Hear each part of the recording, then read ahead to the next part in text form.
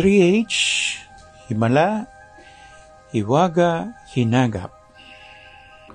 Ang mga naganap sa akin nung ako ay bata-bata pa, nung ako ay mapadaan doon sa bandang EDSA, doon nga ako nirahuyo ng isang higante na magpatihulog daw ako sa sasakyan at hindi naman daw ako mamamatay. Noon, nagdasal ako ng maigi at humawak ako sa istribo. Pero sinabi pa rin ng matanda na anong kinababahala mo? Kahit mahulog ka naman dyan, hindi ka na mamamatay. Sabi ko, Lolo, hindi ba yun ay pagpapatiwakal? Hindi siya kumibo at hindi ko siya sinunod. Makalipas ang ilang taon, nadaanan ko rin siya at kinausap niya ako muli. Ang tanong niya sa akin, kumusta ka na? Yung pala, yung ginawa niyang yun sa akin noong mga oras na yun ay pagsubok.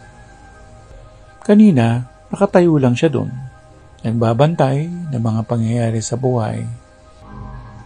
At ang matanda na nangrarahuyo nung panahon na bata pa ako ay nagbibigay ng word of wisdom. Kasi nga, ang topic ay pagpapakamatay. At kung sa mga dinaanan mong past lives, ikaw ay nagpakamatay, madali lang para sa iyo ang magpakamatay ulit. Naranasan mo na eh. Yan ay malaking kasalanan sa Panginoong Diyos.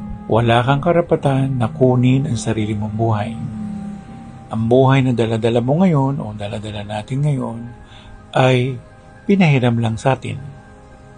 At kailangan natin itong pagyamanin. Bigyan natin ng halaga. Ipapakita mo sa Panginoong Diyos na ikaw ay hindi lang sumusunod, kundi dahil sa pag-ibig mo rin sa Kanya, hindi ka gagawa ng kabalintunahan ng gusto Niya.